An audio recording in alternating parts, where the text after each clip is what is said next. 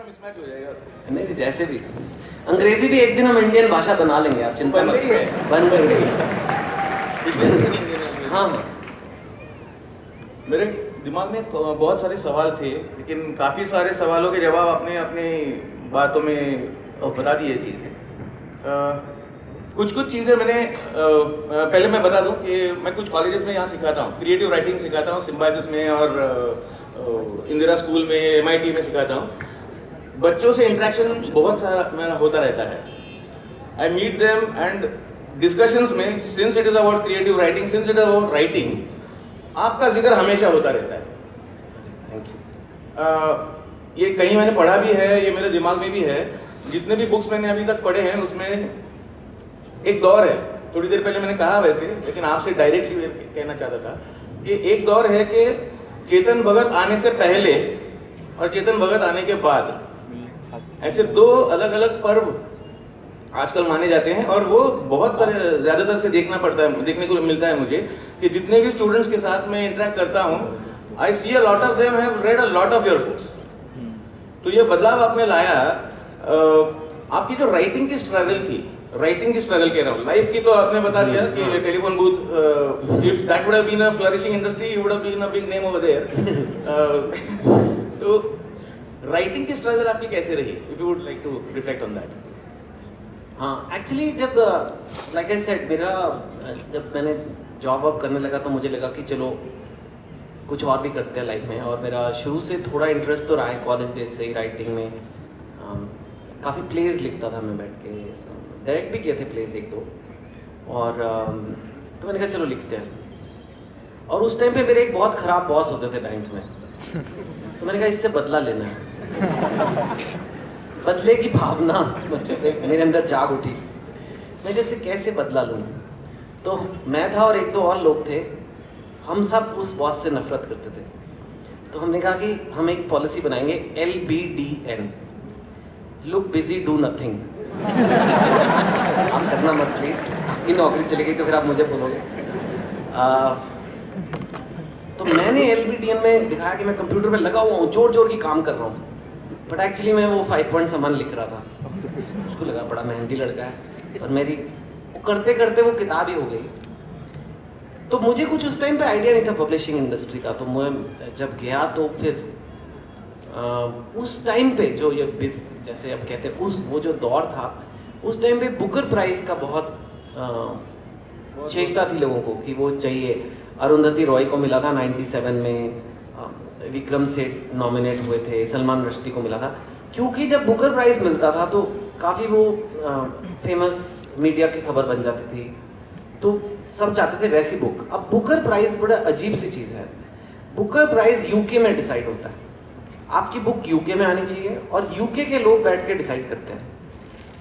तो अगर आप कोई भारतीय कहानी लिखोगे पर वो यूके वाले को पसंद आनी चाहिए। इट इज़ लाइक कि जितने भी फिल्में बने इंडिया में, वो पहले यूके वाले देखेंगे और बताएंगे कौन सी अच्छी है, हम नहीं बताएंगे। तो ऑब्वियसली जो मेरी किताब थी वो यूके वालों को पसंद नहीं आनी थी, क्योंकि यूके वालों को इंडिया का एक सर्टन आइडिया है कि इंडिया में गांव हैं, कुएं में औरतें पानी भर रही हैं, हाथी घूम रहे हैं, अपना उनका एक है इंडिया। अब मेरी किताब थी 3 लड़के हॉस्टल में प्रोफेसर को तंग कर रहे हैं, प्रोफेसर की बेटी को पटा रहे हैं। तो ये मतलब अब ये इनको तो अपील कर रहा है, क्योंकि ये खुद ये सब करते हैं और कोशिश तो करते हैं एटलीस्ट। तो पब्लिशर ने कहा ये सर ये आप क्या लिख के ले आए हो, ये तो घर घर की कहानी है लेकिन ये वहाँ नहीं पसंद आएगी, तो हम ये नहीं छाप सकते। तो ये सबका यही था, 8-9 पब्लिशर के पास गया, सबका यही नज़रिया था। एक ने, रूपा जो आज भी मेरे पब्लिशर हैं, उन्होंने थोड़ा तरस खा लिया मेरी शक्ल पे, किताब पे नहीं, चल यार आ जाता है, रोज़ आ जाता है, पक चलो छाप देते हैं। तो उन्होंने थोड़े छाप दिया, उन्हें भी नहीं उम्मीद थी कि इतना चलेगी बुक, और ये मुझे भी नहीं थी।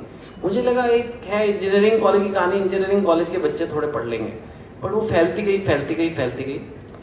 फिर मेरे को लगा कि फ्लूक तो नहीं लग गया। कई बार ऐसे IIT के नाम से निकल जाती है चीज़ कि भाई IIT में लोगों को बड़ा इंटरेस्ट है, तो मैंने कहा चलो एक और लिखते हैं। तो फिर वो कॉल सेंटर्स पे मैंने लिखी, वो भी चली।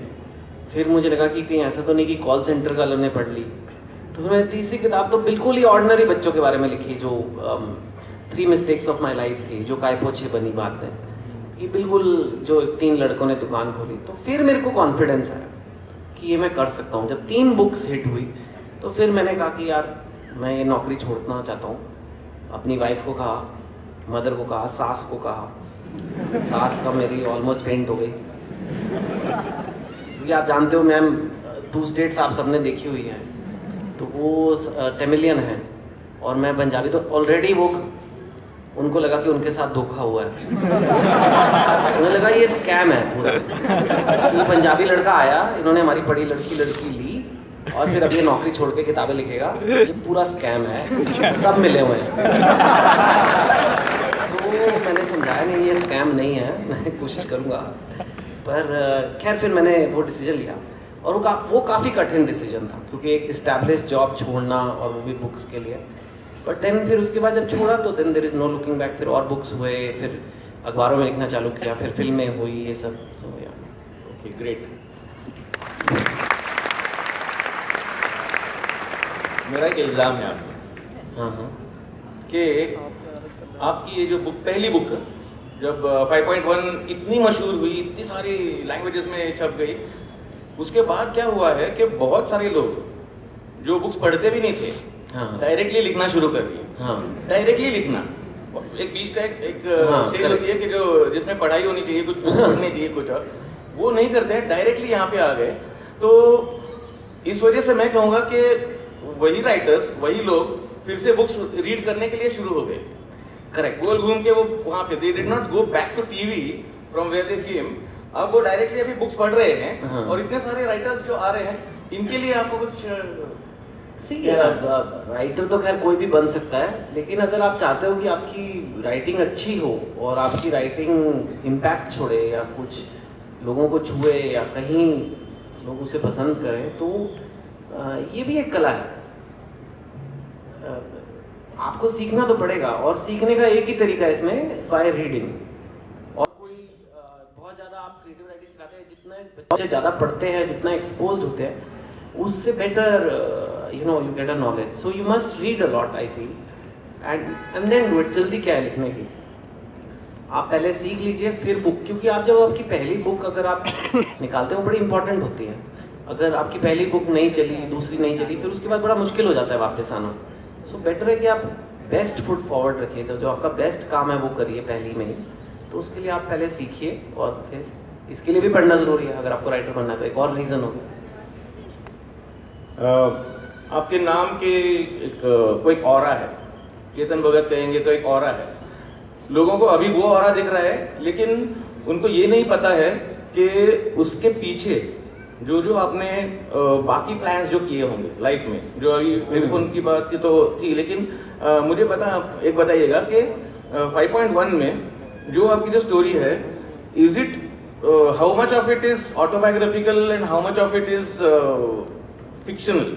कौन से पार्ट से? कौन सा? ना, मैं ये आपको ये नहीं कह रहा हूँ कि खुलासा करके दिखाइए कि ये बात सच है और ये बात वैसी है, लेकिन उसके बारे में इमेजिनेशन और सच्चाई, इसका किस तरह से मिश्रण? अभी तक मेरी 6 नॉवेल्स आई हैं, उसमें 2 जो हैं 5.1 और 2 स्टेट्स, वो सबसे ज़्यादा रिजेम्बलेंस रखती है मेरी अपनी लाइफ से। 2 स्टेट्स एक्चुअली जो मेरी वाइफ के साथ जो शादी हुई उसके ऊपर है, और 5.1 जो 3 इडियट्स बनी, that actually is based on मेरे 2 दोस्त हैं। एक बहुत ही क्रिएटिव था जो रैंचो या रायन बना, और और एक फ्रेंड था जो बहुत पढ़ाकू था, और एक मैं बीच में उन दोनों को बैलेंस करने की कोशिश करता रहता था। तो वो सच है।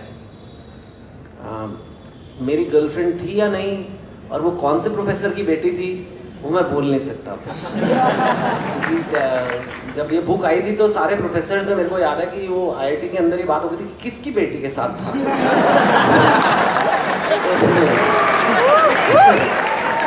तो मेरे से बड़ी बात, जब मैं आईआईटी जाऊँ, मेरे को आईआईटी बुला रहे हैं कि बुक्स के बारे में बात करो, बुक्स के बारे में एक ना एक क्वेश्चन जरूर, सर वो कौन से प्रोफेसर की बेटी थी? सर अब बहुत दिन हो गए, नहीं, ये वाली थी या ये वाली थी या ये वाली थी, वो मैं नहीं बता सकता। ये बहुत अच्छी बात है, क्योंकि राइटर्स के बारे में ये कहा होता है, उनका एक कंफ्यूज सिचुएशन होती है कि उनको तो उन्होंने लिखी हुई हर बात रीडर को सच लगनी चाहिए, ये उनका पहला कहना होता है। और दूसरी बात कि उनकी सोच की छलांग कितनी बड़ी है, ये भी उनको चाहिए। दोनों टाइप के उनको तवज्जो चाहिए, उनको दोनों टाइप का प्रशंसा चाहिए।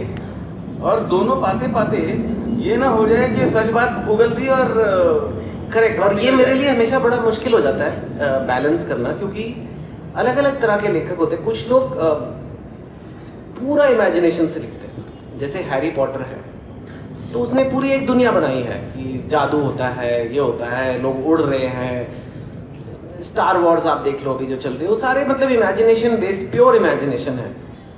जो मैं लिखता हूँ वो आधा इमेजिनेशन है और आधा सच है, और वही उसकी अपील है कि वो घर घर की कहानी भी हो सकती है, लेकिन वो इंटरेस्टिंग करने के लिए उसमें मसाला भी डालना पड़ता है। अब अगर आप बोलो कि सर आप रियलिटी लिखो, तो अगर रियलिटी तो यह है कि मैं सुबह उठा, फिर मैंने ब्रश किया, फिर मैंने मुंह धोया, फिर मैं नहाया, तो ये तो राइटिंग में मज़ा ही नहीं आएगा। आप बुक पढ़ रहे हो, अच्छा ठीक है यार, इसमें क्या बड़ी बात है ना। तो जब आप लिखते हैं तो उसमें कुछ मसाला होना चाहिए। मैं बाथरूम में ब्रश करने गया और पंखा टूट के मेरे सर पे गिर गया, तो लगता है हाँ यार ये क्या हुआ। तो आधा बाथरूम गया भी था, पंखा गिरा था या नहीं है पता नहीं, पर you know that is the balance a writer has to create. और बहुत ज़्यादा पूछना भी नहीं चाहिए। जैसे अगर एक जादूगर आपको जादू दिखाता है तो कैसे किया कैसे किया कैसे किया, अगर उसने एक बार बता दिया तो फिर वो मैजिक नहीं रहता, फिर वो एक ट्रिक हो जाता है।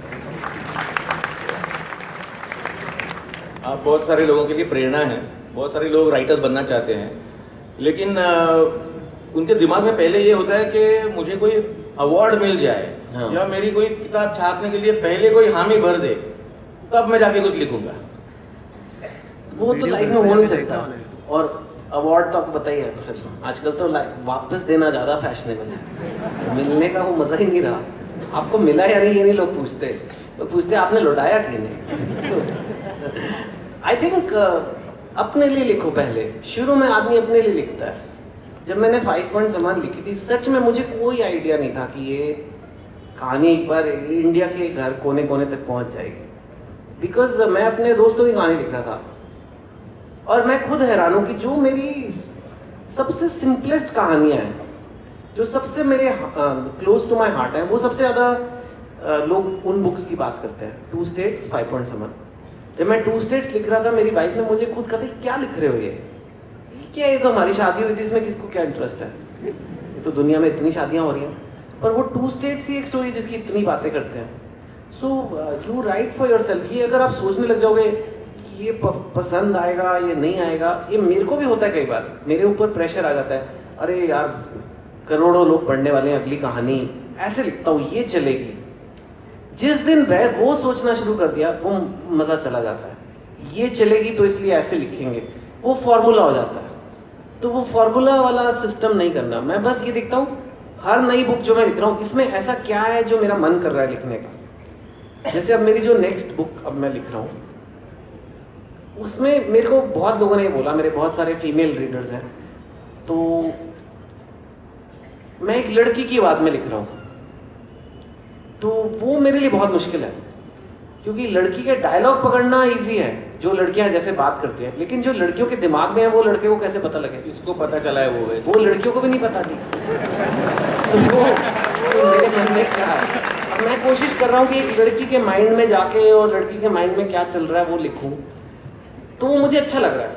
अब वो लोगों को पसंद आए बहुत अच्छा होगा, उसको कोई अवार्ड देते बहुत अच्छा होगा, लेकिन मैं ये सोच के नहीं लिख सकता। अगर मैं वो सोचने लग जाऊँ तो शायद मुझे सीक्वल लिखने चाहिए, शायद सेकंड पार्ट ऑफ 5 पॉइंट समान लिख दो, ये वो, पर उसमें मज़ा नहीं है। तो जो आप अपने लिए लिखते हो वो बेस्ट स्टोरीज बनती हैं। जो भी बुक्स आप लिखते हो, क्या आप अब तो क्योंकि आपकी सारी की सारी बुक्स फिल्मों में तब्दील हुई हैं ऑलमोस्ट, हाँ ऑलमोस्ट, तो क्या ऐसा है कि अभी आप सोचते हो जब भी कुछ लिखने के लिए सोचते हो, does that run at the back of your mind somewhere कि अब तो इसकी फिल्म बनने के लिए मुझे कैसे सोचना या लिखना चाहिए? नहीं, मैं अपने आप को कहता हूँ कि ये नहीं करना है, क्योंकि अगेन वो फार्मूला में हो जाएगा। हाँ ये है कि लोग मेरी फिल्मों बुक्स पे फिल्में इतनी देख चुके हैं, जब वो मेरी बुक पढ़ते हैं तो वो इमेजिन करने लग जाते हैं कि इसकी फिल्म ऐसे बनेगी, इधर तो श्रद्धा कपूर आएगी, यू नो। तो पर मैं ऐसे कैसे लिखूं? अगर मैं लिखूंगा तो वो कहीं ना कहीं गड़बड़ हो जाएगा। वो मैंने एक फिल्म लिखी सी द किक, जो उसका मैं वन ऑफ द राइटर्स था। मेरे को फिल्म लिखनी होती है, मैं सीधा फिल्म लिख लूँगा, क्योंकि मेरे केस में मैंने जैसे जब मैंने कायपो 6 लिखी थी, जो 3 मिस्टेक्स, वो गोधरा राइट्स पे स्टोरी थी। मुझे लगता नहीं था कोई इस पे कभी फिल्म बनाएगा, क्योंकि गोधरा राइट्स पे कौन कमर्शियल फिल्म कहाँ बनती है, और इस ऐसे मसलों से लोग दूर रहते हैं। उसमें ना प्रॉपर लव स्टोरी थी, 3 लड़कों की कहानी, पर उस पर भी बन गई। One night at call centre, एक रात की कॉल सेंटर की कहानी थी, उस पर भी बन गई। इतनी चली नहीं लेकिन बनी। तो मुझे लगा कि मेरे को इतना नहीं सोचना कि इस पे फिल्म अच्छी बनेगी नहीं बनेगी, अगर कहानी अच्छी होगी फिल्म बन जाएगी। तो वही है। अब ऐसे मैं लड़की की आवाज़ में लिख रहा हूँ, अब फिल्म में तो हीरो होना चाहिए, तो अब अगर मैं ऐसे सोचने लग जाऊँ तो मुझे ये बुक नहीं लिखनी चाहिए, क्योंकि यू नो फिल्म के लिए बड़ा हीरो चाहिए। इसमें तो लड़की हीरो है और लड़के छोटे छोटे में हैं, तो ऐसे I can't think like that. मेरी कहानी है, मेरी बुक ये है, आपको बनानी है आप बनाओ, नहीं बनानी ठीक है भाई। ओके। बहुत सारे लोगों से बात करते हुए, स्टूडेंट्स के साथ बात करते हुए, एक हमेशा एक पॉइंट बाहर आता था, वो ये है कि जब भी आप उनसे मिलो, मतलब जैसे अभी हो रहा है, जब भी आप उनसे मिलो एक पूछना कि जो 3 इडियट्स को लेके जो मसला हुआ था, हाँ, जो बहुत बड़ा बखेड़ा, हाँ, was that part of a gimmick और नहीं सर, वाज दैट आपका उसमें अनुभव क्या था वो बताइए, और एक्चुअल उसमें प्रॉब्लम क्या थी ये जरा बताएंगे। Because so many of them जिनसे मैं बात करता हूँ ना, उनका ये है कि सब फिल्म इंडस्ट्री से किसी ना किसी तरह से जुड़े हुए हैं। अभी हाँ, किसी को जाके सिनेमाटोग्राफी करनी है, किसी को डायरेक्शन करना है, तो वो एंट्री पॉइंट देखने के लिए they want to know something कि राइटिंग से लेके जाना है वहाँ तो क्या हो सकता है, और उनका वहाँ पे हासिल क्या हो सकता है राइटिंग का। हाँ नहीं वो तो खैर बहुत पुरानी बात हो गई अब, अनफॉर्चुनेट। एक जब मैंने 3 इडियट्स का कॉन्ट्रैक्ट किया था तो मेरी एक ही बुक आई थी, और वो भी नई नई आई थी, कुछ महीने ही हुए थे, तो मेरी कोई औकात थी नहीं फिल्म इंडस्ट्री में, बिल्कुल कोई ऐसे नहीं था कि सर ये कॉन्ट्रैक्ट है, ये ऐसा करेंगे, ऐसा आप करो। था ये है, यहाँ साइन करो, करना है तो करो वरना निकलो। मतलब बिकॉज मैं क्या करूँ अभी। फिर भी मैंने अपनी तरफ से थोड़ा बहुत बोला कि सर ऐसा कर लेंगे, ऐसा। अच्छा ठीक है, हो गया। कहीं ना कहीं मैंने तो वो फिल्म जो थी वो एक तो पहली थी, हमें तो नहीं पता था इतनी चलने वाली है, वो तो बाद में चली। So at that time we were just trying to make good film. और किताब के अलावा भी मैंने बहुत योगदान दिया उसमें, क्योंकि IIT के ऊपर फिल्म थी और पूरी टीम में एक ही जना था जो IIT गया था। तो मैंने अपने बहुत ही पर्सनल लेवल पे मैंने उसमें मतलब सपोर्ट दिया, अपने प्रोफेसर से मिलवाया जो एक्चुअल IIT के प्रोफेसर। ये सब हमने कोशिश की। IIT में शूटिंग होने वाली थी, लेकिन वहाँ पे जगह नहीं थी, तो IIM बैंगलोर में फिर शूटिंग हुई उस फिल्म की। सब कुछ ठीक था, लेकिन कहीं ना कहीं जब वो फिल्म आई, कहीं ना कहीं क्रेडिट के मामले में मेरे को लगा कि वो लोग मुकर रहे हैं। और फिर मेरे को पता लगा कि ये एक बड़ी कॉमन बात है, अक्सर राइटर्स के साथ ऐसा होता है। तो मेरे को पता नहीं था कि ऐसे, मेरे को लगा ये गलत बात है, बस गलत है। तो मैंने उसके बारे में लिखा, अपना ब्लॉग तब था, उस पर मैंने लिखा कि मेरे साथ ऐसा हुआ। वो इतनी बड़ी कंट्रोवर्सी बन गई क्योंकि वो फिल्म इतनी बड़ी बन चुकी थी। पर मैंने कहा यार ऐसा किया क्यों किया इन्होंने, तो वो बहुत हो गया। जिन्होंने बुक पढ़ रखी थी उन्होंने कहा अरे ऑब्वियस है बुक पे बनी है। वो लोग ज़रूर ये सोचते कि ये लोग गिमिक कर रहे हैं क्या, क्योंकि मेरे लिए भी बहुत शॉकिंग था, क्योंकि ऑब्वियसली बुक पर है। तो वो उनका सोचना ज़रूरी सही है कि ये लोग की जान के नहीं कर रहे, पर जान के नहीं था, क्योंकि जिन्होंने, बहुत से लोगों ने बुक नहीं भी पढ़ी थी, जो लोग सिर्फ फिल्म में देखते हैं उनके लिए है। और बहुत बड़ा कहानी और क्रेडिट, ये बहुत बड़ा मुद्दा होता है, छोटी मोटी कंट्रोवर्सी नहीं है। तो और मेरे लिए बहुत ख़तरनाक था, क्योंकि वो मेरी पहली नई एंट्री थी बॉलीवुड में, और जिन लोगों से मैं पंगा ले रहा था उन्होंने कहा तुम तो यहाँ काम नहीं कर पाओगे फिर कभी। इसके बाद तो नहीं कर पाओगे काम, फिल्मों में तो नहीं कर पाओगे। तो मैं कहा नहीं कर पाएंगे तो नहीं कर पाएंगे, क्योंकि मैं हमेशा अभी देखो इन सबको मैं कह रहा हूँ अपने में विश्वास करो, जो तुम्हारे सपने हैं उनको करो। और वहाँ पे अगर जब मेरे साथ गलत हो रहा है और मैं एडजस्टमेंट कर लूँ, ठीक है यार अब सह ले कोई बात नहीं, और इनको मैं कह रहा हूँ कि जाओ जाओ लड़ो दुनिया से अपना, तो कहीं ना कहीं गड़बड़ है। मैं कहा ठीक है नहीं बनी तो नहीं बनी कोई बात नहीं, पर ये तो गलत हुआ है। और एक बहुत अच्छे मेरे मित्र थे अभिषेक कपूर उस टाइम, जिन्होंने रॉक ऑन बनाई और उन्होंने फिर कायपोछे बनाई। उस टाइम पे वो कायपोछे बना रहे थे। मैंने उसे जाके बोला, मैं कहा देख यार लोग मुझे कह रहे हैं मैं इस इंडस्ट्री में काम नहीं कर पाऊंगा अगर मैंने ये बात उठाई, और काम तो मैं सिर्फ तुम्हारे साथ कर रहा हूँ अभी, तो तुम बताओ तुम मुझे छोड़ दोगे अगर ये किया? तो उसने कहा यार मेरे साथ भी यही हुआ था, तो तू जाके लड़, मैं तेरे पीछे हूँ, मैं बनाऊंगा पिक्चर चाहे कुछ हो जाए। तो फिर उसने किया, और कहीं ना कहीं थोड़ा सा हो गया था उस टाइम पे कि क्या है। और कायपोछे के लिए हमें कास्टिंग भी नहीं मिली बिल्कुल। हमने टीवी के एक्टर, उस टाइम पे सुशांत टीवी में था, सुशांत सिंह के साथ हमने पिक्चर बनाई, और उसके बाद कई फिल्में बनी, ये हुआ। सो यू नो कई बार आप लाइफ में कुछ खोने की कोशिश करते हो तो झटके पड़ते हैं, पर इसका मतलब ये नहीं है कि आपको छोड़ दो। यू नो आप फुटबॉल खेलने जाते हो, कभी ना कभी तो कोई आपको पीछे से लात मारेगा ही, कभी ना कभी तो आप गिरोगे, पर इसका मतलब ये नहीं कि फुटबॉल छोड़ दो।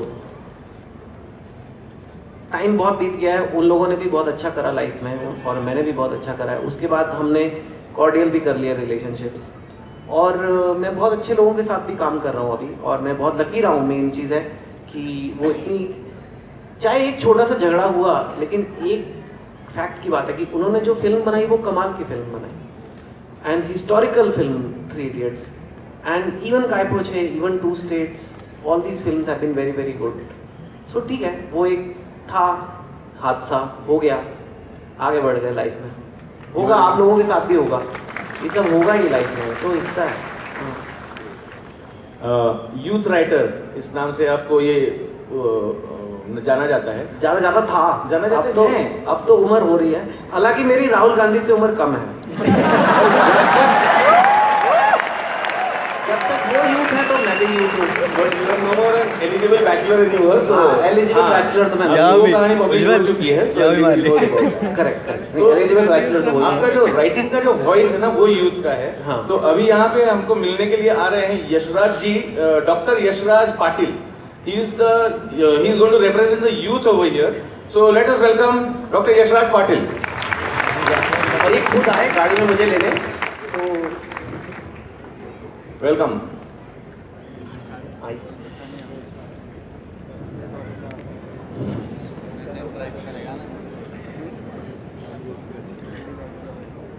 So we all have read all your books till now. I have just one latest question for you right now from today's youth, for people who have read your books and for people who have not even read your books. I have asked you this question before, and I would like to hear it from everyone, for you also. What do you mean by the term half a girlfriend? Please. कितना गहरा सवाल। आप girlfriend क्या है? इन्होंने मुझसे यही गाड़ी में भी मुझे खुद ड्राइव करके लेने आया और कहा चितन मैं बड़े दिनों से बात सोच रहा हूँ कि ये हाफ गर्लफ्रेंड क्या है। और फिर मैंने जो इन्हें बताया, उन्होंने कहा यार ये तो मेरे साथ भी हुआ है। कहा था कि नहीं, किसके साथ नहीं हुआ? तो हाफ गर्लफ्रेंड सिंपल सी बात है, क्योंकि इंडिया में आधी बनती है, पूरी बड़े कम लोगों की बनती है, आधी काफी की बन जाती है। और वो ये है कि एक बार ऐसा होता है लाइफ में कि आपको कोई लड़की पसंद आ गई और क्लियरली आपको वो दोस्त से ज़्यादा पसंद है, लेकिन वो आपकी गर्लफ्रेंड भी नहीं है। तो अब क्या बोले, कौन है वो तुम्हारी? वो हमारी फ्रेंड है, पर फ्रेंड वो करेक्ट डेफिनेशन नहीं दे रहा। तो क्या गर्लफ्रेंड है? नहीं, गर्लफ्रेंड भी नहीं है। क्या है? अब बोले वो हमारी खास है या क्या बोलूँ? मैं कहा एक टर्म चाहिए जो ये डिस्क्राइब कर सके। तो फिर हमने हाफ गर्लफ्रेंड टर्म बनाई कि उन सारे बेचारे लड़कों के लिए जिनको आधी ही मिली,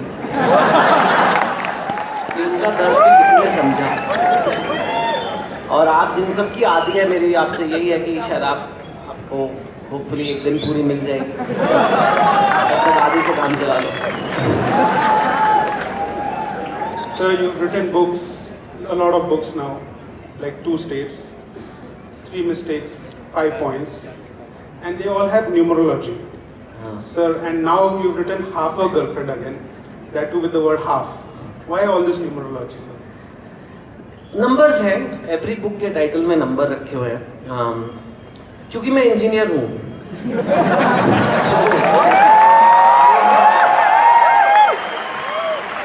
ये मतलब मेरे उन दिनों की मैं अपने आप को याद रखना चाहता हूँ। हालांकि आज मैं लिखता हूँ बुक्स, लेकिन मैं वो याद रखना चाहता हूँ कि मैं एक टाइम पे ये नंबर्स वाला था, बैंक में था, इंजीनियर था, जहाँ सिर्फ नंबर की बातें होती थी, और आज वर्ड्स की दुनिया में हूँ। लेकिन ये छोटी सी मेरी मेमोरी है, छोटा सा ट्रेडमार्क है। और भी 1-2 ट्रेडमार्क है मेरी बुक्स में, अगर आपने पढ़ी हो। सारे जो मेन कैरेक्टर होते हैं उन सब का नाम कृष्णा का एक नाम होता है। सो जैसे हरी था 5.7 में, one night at call centre में Shyam, Govind in 3 mistakes Kai Po Che, Krish in 2 states, Madhav half girlfriend, Gopal and revolution 2020। So there all Krishna's names, because कहीं मैंने पढ़ा था कि कृष्णा ने कहा है कि जो मेरा नाम फैलाएगा वो मेरा प्यारा होगा। तो और वो हुआ भी है मेरे साथ। तो एक बुक अगर 1 करोड़ लोग पढ़ते हैं ऑन एन एवरेज, ज़्यादा भी पढ़ते हैं कई बार, और हर बुक में करीब 100 बार उसका नाम मेंशन्ड होता है, तो 6 बुक्स 1 करोड़ 100 बार, मेरी वजह से 600 करोड़ बार कृष्णा का नाम बोला गया है, समझा गया। So this is the last question from my side actually, and everybody loves this movie 3 Idiots. There are 2 characters in it, Rancho and Chatur. You've seen Chatur to be more dedicated, sincere, but he's got a slightly negative role. But he's dedicated and sincere. While Rancho is more practical, street smart. What do you think in today's competitive world, like now people have to write a lot of important exams and everything, do you think qualities of Chatur should be there in Rancho also? हाँ, सी पढ़ाकू होना कोई गुनाह नहीं है, और वो जो Raju character भी है, जो शर्मन का कैरेक्टर है, वो भी काफ़ी पढ़ाकू टाइप है। लेकिन क्या होता है कि नेगेटिव नहीं है। चतुर आगे बढ़ने के लिए दूसरों को गिराने को भी तैयार है, और राजू जो है वो बेचारा लगा रहता है, खींचता रहता है। आई थिंक इन रियलिटी सब रैंचो नहीं होते, क्योंकि रैंचो जीनियस है, तो हम सब जीनियस तो नहीं होते। तो जीनियस अगर आप हो, फिर आप हाँ ऐसे कूल कैजुअल होके भी टॉप हो सकते हो। वो आमिर खान है, वो तो दिखाना है ना उसे, पर इन रियलिटी आपको बैलेंस रखना ज़रूरी है, प्रैक्टिकलिटी का और थ्योरी का, फन का एंड सीरियसनेस का। और ये बैलेंस ही तो सबसे मुश्किल है लाइफ में। सिर्फ पढ़ाकू हो जाओगे तो आपकी पर्सनालिटी वो चतुर टाइप होने की संभावना है। सिर्फ फन हो जाओगे तो हो सकता है लाइफ में आपका कुछ हो ना, बिकॉज इतनी कंपेटिटिव दुनिया है। वो बैलेंस क्या है, वो जो समझ लेगा वो I think that is the answer. So yeah in a film एक कैरेक्टर को एक्सट्रीम में दिखाया जाता है। कोई भी चतुर टाइप इतना हरामी नहीं होता, कोई भी रायन टाइप इतना कूल नहीं होता, कोई भी ऐसे। बट इन रियलिटी हम सब के अंदर एक चतुर होता है, हम सब के अंदर एक रैंचो भी होता है, हम सब के अंदर एक डरने वाला डरपोक राजू भी होता है। So just make sure you bring the best out every time. Thank you sir.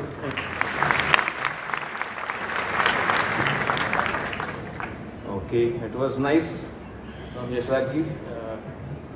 I have a few questions more. Okay, अब इस यूथ के बारे में हो रहा है तो यूथ से ही लेके आगे जाएंगे. I would want to claim this कि Chetan Bhagat is one of those few writers who are absolutely India positive. India positive का मतलब ये है कि इस देश का कुछ नहीं हो सकता, ऐसा नहीं कहेंगे. इस देश में ना सिर्फ प्रॉब्लम्स है, इसमें गरीबी है, ये सब है, हालांकि है सब चीज़ें, लेकिन इसमें से आगे कुछ हो सकता है. डायरेक्टली यूथ को, even without trying to make it into a story, you have address that in a few books of yours. नहीं थैंक यू, आपने नोट किया, मेरे को बड़ा अच्छा लगा आपने नोट किया, क्योंकि बड़े कम लोगों ने नोट किया इतना और ऐसे एक्सप्रेस किया है, क्योंकि ये एक यू कैन से स्ट्रैटेजी है या एक पॉलिसी है कि जब भी जैसे मैं अखबार में इतने कॉलम्स मेरे आए हैं, एक चीज़ बोली हुई है अपने आप को, किसी भी चीज़ का जब तक आप सोल्यूशन नहीं दोगे उसकी निंदा नहीं करनी। मतलब किसी को क्रिटिसाइज करना या किसी की, तो आप बोलिए कि अच्छा ये नहीं तो फिर क्या करें, क्योंकि नहीं तो आप क्रिप कर रहे हो, नहीं तो आप सिर्फ कह रहे हो कि यार ये बकवास है, वो बकवास है, वो बकवास है। अच्छा तो बताओ कैसे ठीक करें, चाहे आप 100% करेक्ट ना भी हो, लेकिन सोल्यूशन ज़रूर देना है।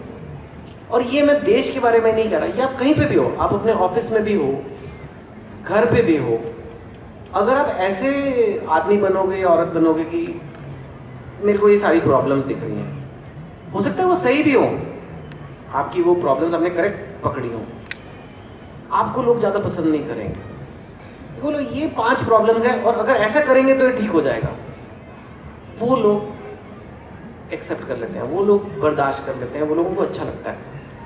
मेरा क्रिटिसिज्म भी होता है कि तुम बड़े आए हो देश को सोल्यूशन देने वाले, तुम बड़े आए हो, तुम्हारे सोल्यूशन इतने सोचे ही नहीं तुमने, इतना आसान थोड़ना है, इतना आसान होता तो बदल जाता। कोई बात नहीं, लेकिन एक पॉजिटिविटी रखना बहुत ज़रूरी है लाइफ में। छोड़ो कंट्री, अपनी लाइफ में ये सोचिए यार कोई ना कोई रास्ता निकल जाएगा। वो कई बार हम लोग भूल जाते हैं, कई बार एक्चुअली ज़िंदगी आपको इतने थप्पड़ लगाती है कि आपको लगता है यार मेरा कुछ नहीं हो सकता, ना नौकरी लग रही है, लड़की छोड़ गई, ये हो गया वो हो गया, मैं मर जाऊंगा बस। पर एक लड़की छोड़ के जाती है तो दूसरी आ जाती है, एक लड़का भी छोड़, मैं दोनों तरफ से कह रहा हूँ, एक लड़का छोड़ के जाता है तो दूसरा आ जाता है, एक जाएगा तभी तो दूसरा आएगा ना। सो ये एक एटीट्यूड है, एक नौकरी गई तो तभी कुछ और नया होगा ना। So that is something you have to bring in your self कि यार नहीं ऐसे सोचना, ये सोच है बस। बोलो ऐसा सोचना अलाउड ही नहीं है, अपने आप को बोलो यार ये सोचना अलाउड नहीं है, नेगेटिव सोचना अलाउड नहीं है, यहाँ सिर्फ पॉजिटिव सोचा जाएगा। और एक ना एक दिन फिर रास्ता आ भी जाता है, क्योंकि वो लाइफ तो ऐसी है, कभी रास्ते आते हैं कभी बंद हो जाते हैं। So that is what I think is a big reason why the books are successful, why my writing is successful, why that aura you mention, because people feel कि यार पॉजिटिव आदमी है वो। आई थिंक लोगों को लगता है चल ठीक है, इतना थोड़ा अजीब अजीब बातें भी करता है कई बार, लेकिन पॉजिटिव तो है, तो वो आई थिंक आपके 2-4 नंबर एक्स्ट्रा मार्क्स मिल जाते हैं उसके आपको। कभी आपने ये सोचा है कि किसी और जॉनर में लिखने की कोशिश करें, मतलब मर्डर मिस्ट्री लिखी, या कभी कोई से फैंटेसी लिखी, या ऐसा कुछ लिखने की कोई दिमाग में कोई आइडिया? तो बहुत आते हैं, जैसे मैंने क्या कूल है हम 3 का ट्रेलर देखा